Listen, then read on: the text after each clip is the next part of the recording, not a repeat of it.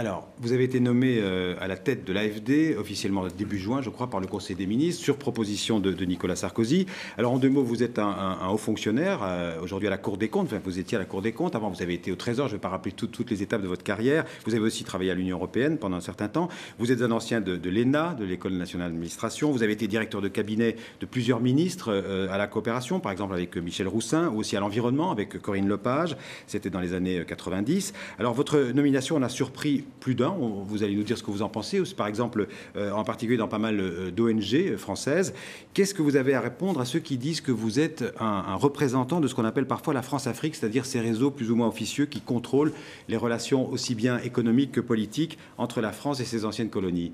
Alors, essayons d'être aussi précis que possible.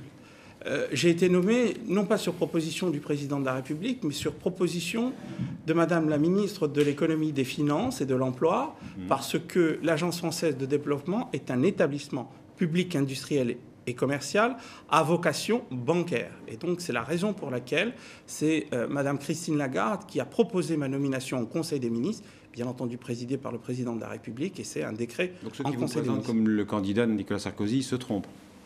Le président de la République, c'est lui qui fait le choix, mais la proposition formellement. Formellement, d'accord. Formellement.